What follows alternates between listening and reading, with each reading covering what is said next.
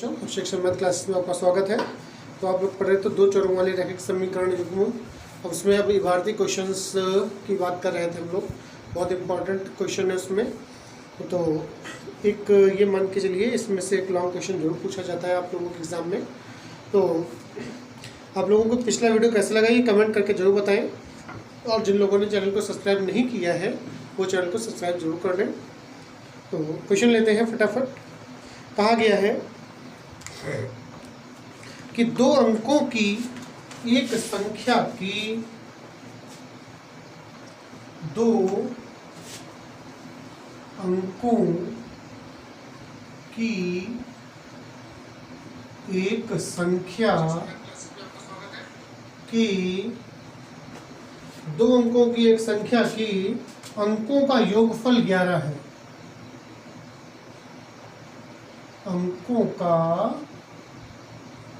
योगफल 11 है।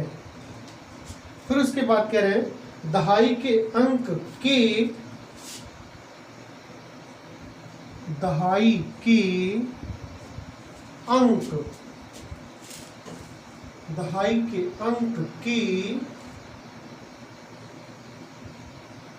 दो गुने में 5, दो गुने में 5 और इकाई के अंक में इकाई के अंक में 2 जोड़ देने पर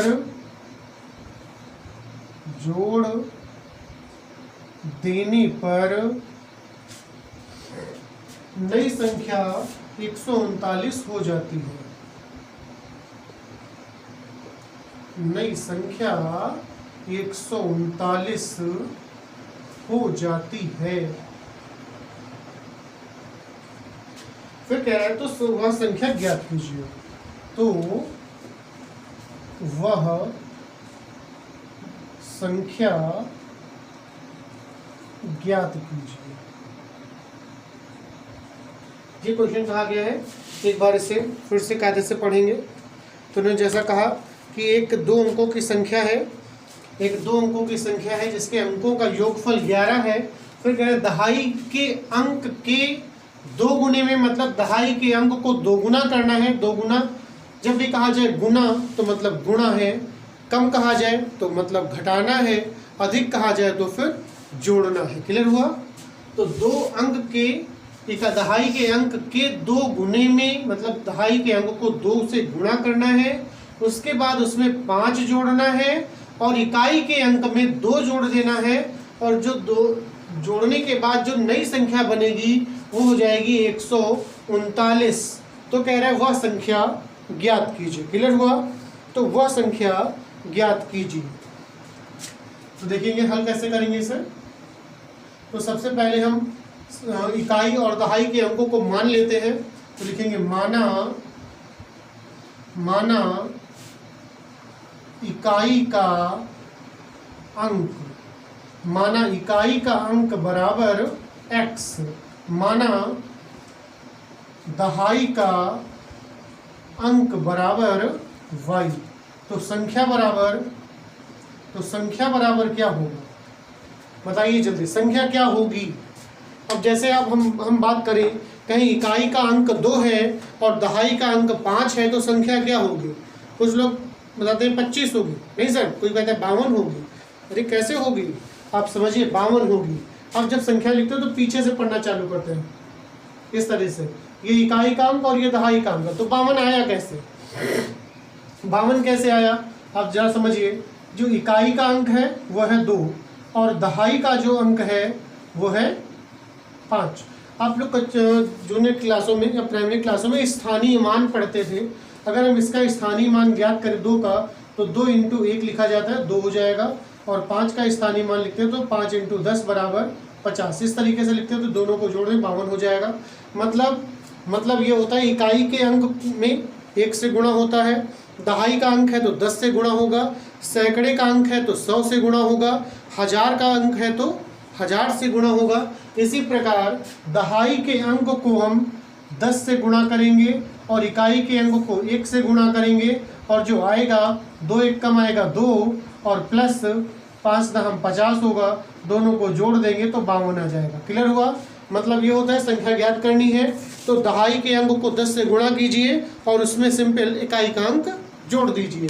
तो यहाँ पर दहाई का जो अंक है वो है y, तो y को हम 10 से गुणा करेंगे तो 10y हो जाएगा और उसमें इकाई का अंक जो है x वो जोड़ देंगे तो हमारी जो संख्या होगी वो हो जाएगी 10y प्लस x। क्लियर हुआ? 10y प्लस x ये संख्या हो जाएगी। उसके बाद कहा गया है प्रश्नानुसार यहाँ पर कह रहे हैं कि दो अंकों की संख्याओं के अंकों का योगफल 11 है, तो अंकों का जो योगफल है, जो अंक है हमारे x और y दोनों का जो योगफल है वो 11 है। ये पहली समीकरण हो जाएगी। क्लियर हुआ? फिर कह रहे हैं, फिर डालेंगे पुनः प्रश्नानुसार। तो इन्होंने कहा कि दहाई के अंक के 2 गुने में 5 जोड़िए, तो दहाई का जो अंक है उसका 2 गुना करेंगे तो 2y और प्लस 5 हो जाएगा। दहाई के अंक को 2 गुना करेंगे तो 2y हो जाएगा और उसमें 5 जोड़ देना है। और इकाई के अंक में 2 जोड़ना है। इकाई के अंक है x और इसमें हम 2 जोड़ देंगे तो x प्लस 2 हो जाएगा। तो ये है दहाई का अंक, ध्यान देना जरा है, दहाई का अंक है और ये इकाई का अंक है। तो संख्या जब बनाते हैं तो कैसे बनाते हैं? दहाई के अंक को हम 10 से गुणा करते हैं और इसमें इकाई का अंक जोड़ देते हैं। यही होगा ना? तो उन्होंने कहा जो नई संख्या प्राप्त हुई वो है 139। क्लियर हुआ? बस इसी को हल करेंगे तो ये हो जाएगा 10 दूना 20y प्लस 50 और प्लस x और प्लस 2 बराबर 139। क्लियर हुआ? तो यहाँ से लिखेंगे x प्लस 20y और ये हो जाएगा 50 2 52, 52 को पक्षांतर कर दें तो जाएगा 139 माइनस 52। क्लियर होगा? तो x प्लस 20y बराबर 9 में से 2 घट जाएगा तो 7 बचेगा, वैसे 13 में से 5 घटाएंगे तो 8 हो जाएगा। ये हो जाएगी हमारी समीकरण 2। अब सिंपली दोनों समीकरणों को घटा लेते हैं। तो दोनों समीकरणों को घटाएंगे तो यहाँ पर हो जाएगा x दोनों में देखिए बराबर है तो x कट जाएंगे तो लिखेंगे समीकरण, चलिए कोई बात नहीं, अगर 1 से 2 घटाएंगे तो भी कोई दिक्कत नहीं है, तो अगर 2 से 1 घटा दें तो भी कोई दिक्कत नहीं। बस अंतर इतना है क्योंकि 2 में जो संख्याएं वो बड़ी है और जो पहली समीकरण में है वो सब छोटी है, तो घटाने से मान प्लस के आएंगे, माइनस नहीं आएगा। इसलिए यहाँ लिखेंगे समीकरण 2 से समीकरण 1 को घटाने पर। तो सबसे पहले हम समीकरण 2 को लिख लें। समीकरण 2 है x प्लस 20y बराबर 87। क्लियर हुआ? और जो पहली समीकरण थी वो है x प्लस y बराबर 11। घटाएंगे, घटाने से क्या होगा? चिन्ह बदल जाएंगे, माइनस माइनस माइनस, ये दोनों x कट जाएंगे। 20 में से यहाँ 20y है, यहाँ 1y है, दोनों घटेंगे तो हो जाएगा 19y और बराबर 87 से 11 घटाएंगे तो 7 में से 1 गया 6 और 8 में से 1 गया तो 7, तो y बराबर 76/19। आप जानते हैं 19 का पारा पड़े 19 चौको 76 होता है, 19 चौको 76 कट जाएगा तो y बराबर हो जाएगा 4। क्लियर हो गया? y बराबर हो गया 4। तो यही y का मान हम समीकरण 1 में लगाएंगे तो यहाँ लिखेंगे समीकरण 1 से। तो समीकरण 1 है x प्लस y बराबर 11, तो ये हो जाएगा x प्लस 4 बराबर 11 या x बराबर 11 माइनस 4 या x बराबर 7। 11 में से 4 जाएगा तो 7। तो संख्या बराबर हो जाएगी, संख्या चूंकि हमारी थी 10y प्लस x है तो यहाँ मान लगाएंगे 10 इंटू वाई का मान है 4 और प्लस x का मान है 7, तो ये हो जाएगा 10 चौको 40 और प्लस 7 तो बराबर हो जाएगा 47। ये इसका आंसर हो जाएगा। क्लियर हुआ? ये आंसर हो जाएगा 47 संख्या आ जाएगी। समझ में आ गया होगा। एक अगला क्वेश्चन लेते हैं, बहुत इंपॉर्टेंट है।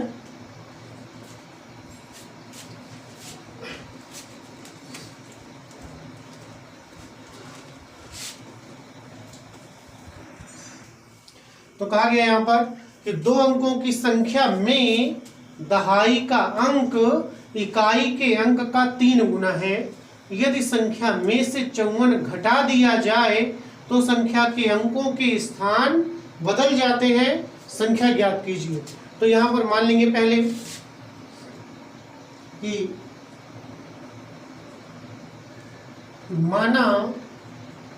माना इकाई का अंक बराबर x, माना दहाई का अंक बराबर y। तो संख्या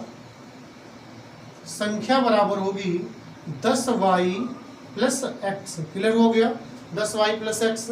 तो प्रश्नानुसार कहा गया है कि दहाई का अंक इकाई के अंक का 3 गुना है। तो दहाई का अंक क्या है y और इकाई का अंक क्या है x। उन्होंने कहा दहाई का अंक इकाई के अंक मतलब x से ये 3 गुना है, तो इनको 3 गुना कर लें तो बराबर हो जाएंगे। क्लियर हुआ, y बराबर 3x हो जाएगा। ठीक है ना, y बराबर 3x। ये पहली समीकरण डाल सकते हैं या ऐसे ही छोड़ सकते हैं, पहली समीकरण डाल दें। उसके बाद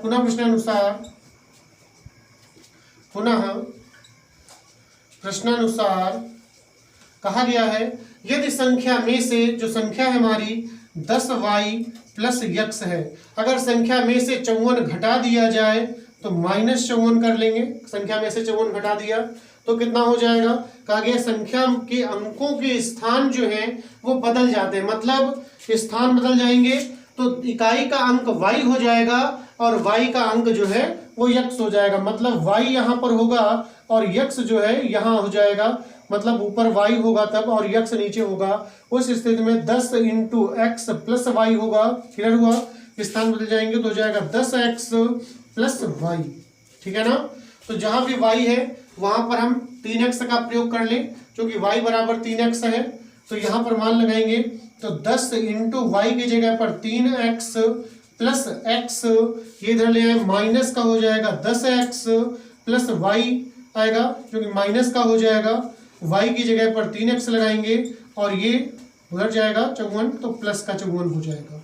ठीक है ना, तो ये हो जाएगा 30x और प्लस x माइनस ये हो जाएगा 13x बराबर 54।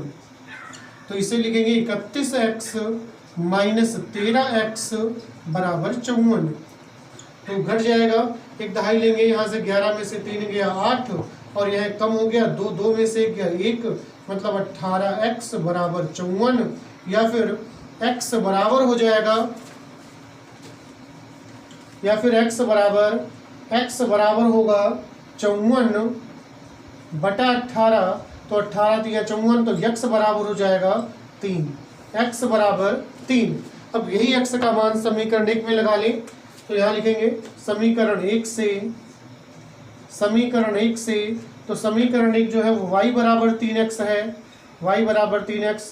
तो y बराबर 3 इंटू 3, तो मतलब y बराबर हो जाएगा 9।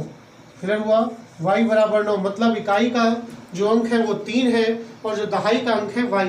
तो संख्या इन्होंने पूछी है तो यहाँ लिखेंगे संख्या बराबर, तो संख्या थी हमारी 10y प्लस x, तो इसे लिखेंगे 10 इंटू 9 प्लस 3, यह हो जाएगा 90 प्लस 3 मतलब 93। ये इसका आंसर हो जाएगा। नोट करते रहे फटाफट, नोट कर लीजिए। एक बहुत इंपॉर्टेंट क्वेश्चन ले रहे हैं, बहुत इंपॉर्टेंट क्वेश्चन है, इससे पहले नोट कर लीजिए।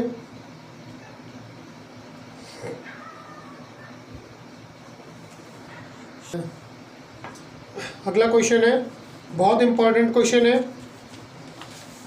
कहा गया है ऋतु धारा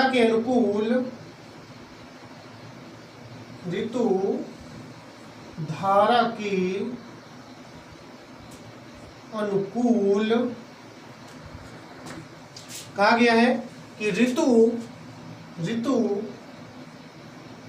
धारा के अनुकूल कहा गया, ऋतु धारा के अनुकूल 2 घंटे में 20 किलोमीटर तैर सकती है। तो अनुकूल का मतलब जिधर धारा बह रही है उसी तरफ तैरना है।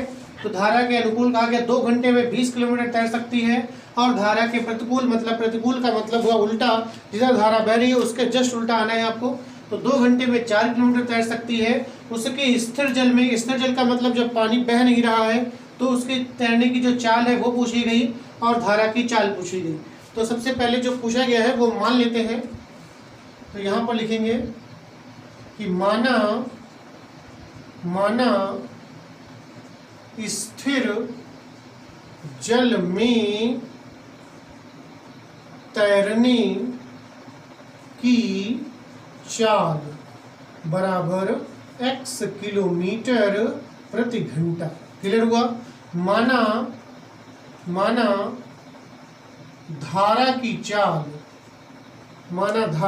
चाल बराबर y किलोमीटर प्रति घंटा। क्लियर हुआ? स्थिर जल में तो तैरने की चाल है उसे x मान लिया गया है और धारा की जो चाल है उसे y मान लेते हैं। तो धारा के अनुकूल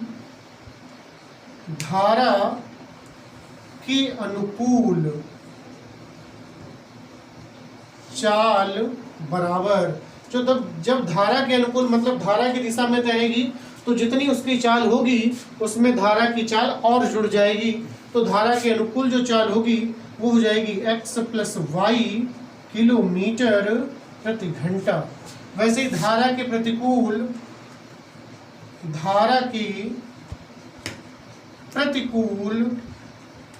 जो चाल होगी वो हो जाएगी x - y किलोमीटर प्रति घंटा। ठीक है ना? उसके बाद प्रश्नानुसार कहा गया 2 घंटे में 20 किलोमीटर तैरती है। तो 2 घंटे में चूंकि धारा के अनुकूल 20 किलोमीटर जाने में लगा समय बराबर 2 घंटे। फॉर्मूला पता होगा आपको कि चाल बराबर दूरी बटा समय होता है। चाल बराबर दूरी बटा समय। तो चाल धारा के अनुकूल की बात हो रही है, तो धारा के जो अनुकूल चाल है, जो धारा के अनुकूल जो चाल दी गई है वह x + y बराबर दूरी जो है वो है 20 और बटा समय जो है वो है 2 घंटे। तो बटा 2 ये कट जाएगा तो x + y बराबर 10, ये पहली समीकरण हो जाएगा। क्लियर हुआ?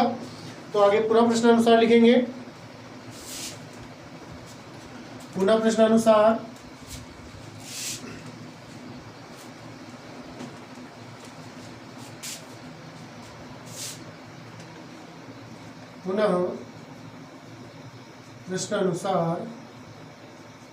इसमें कंडीशन दी गई है कि धारा के विपरीत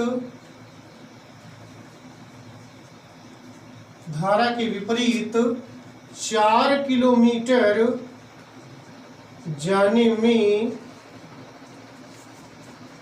लगा समय बराबर 2 घंटे। 2 घंटे में जब चलती है विपरीत तो 4 किलोमीटर दूरी तय करती है। तो फिर वैसे ही चूंकि चाल बराबर दूरी बटा समय, तो चाल यहाँ पर दी गई है x - y, जो प्रतिकूल की चाल है x - y है, बराबर दूरी जो है, दूरी ये 4 किलोमीटर है तो यहाँ पर 4 हो जाएगा, बटा जो समय है वो है 2। तो यहाँ पर हो जाएगा तो ये कट जाएगा तो x - y बराबर 2 हो जाएगा। ये हो गई समीकरण 2। अब दोनों समीकरणों को हल करेंगे और हमें स्थिर जल में चाल और धारा की चाल दोनों पता चल जाएंगे। क्लियर हुआ? तो सिंपली समीकरणों को हम जोड़ लेते हैं। तो यहाँ पर लिखेंगे समीकरण कि समीकरण 1 तथा 2 को जोड़ने पर तो पहली समीकरण है x प्लस वाई बराबर 10 और दूसरी समीकरण है x माइनस वाई बराबर 2। जोड़ेंगे तो y और y दोनों कट जाएंगे, ये हो जाएगा 2x और बराबर 12। तो x बराबर 12/2 कट जाएगा, तो x बराबर आएगा 6। क्लियर हुआ? तो यही x का मान समीकरण 1 में लगा दें। तो यहाँ पर लिखेंगे समीकरण 1 से तो पहले समीकरण 1 को नोट कर लेते हैं। लिखा है x प्लस वाई बराबर 10, तो x की जगह पर 6 प्लस वाई बराबर 10। तो यहाँ से हो जाएगा y बराबर 10 माइनस 6 या y बराबर 4। क्लियर हुआ? तो जो माना था वही लिखेंगे। अतः स्थिर जल में तैरने की चाल बराबर x मानी थी, तो बराबर हो जाएगा 6 किलोमीटर प्रति घंटा। एक आंसर ये हो जाएगा। और फिर पूछा गया था धारा की चाल, तो अतः धारा की चाल बराबर y मानी है, तो बराबर हो जाएगा 4 किलोमीटर प्रति घंटा, और ये दूसरा आंसर हो जाएगा। क्लियर हुआ? उम्मीद करते हैं समझ में आ गया होगा। तो आपको आज का वीडियो कैसा लगा ये कमेंट करके जरूर बताएं, और चैनल को जिन लोगों ने सब्सक्राइब नहीं किया है तो सब्सक्राइब कर लें और लाइक और शेयर जरूर करते रहें। तो स्वस्थ रहें, व्यस्त रहें, मस्त रहें। धन्यवाद क्लास।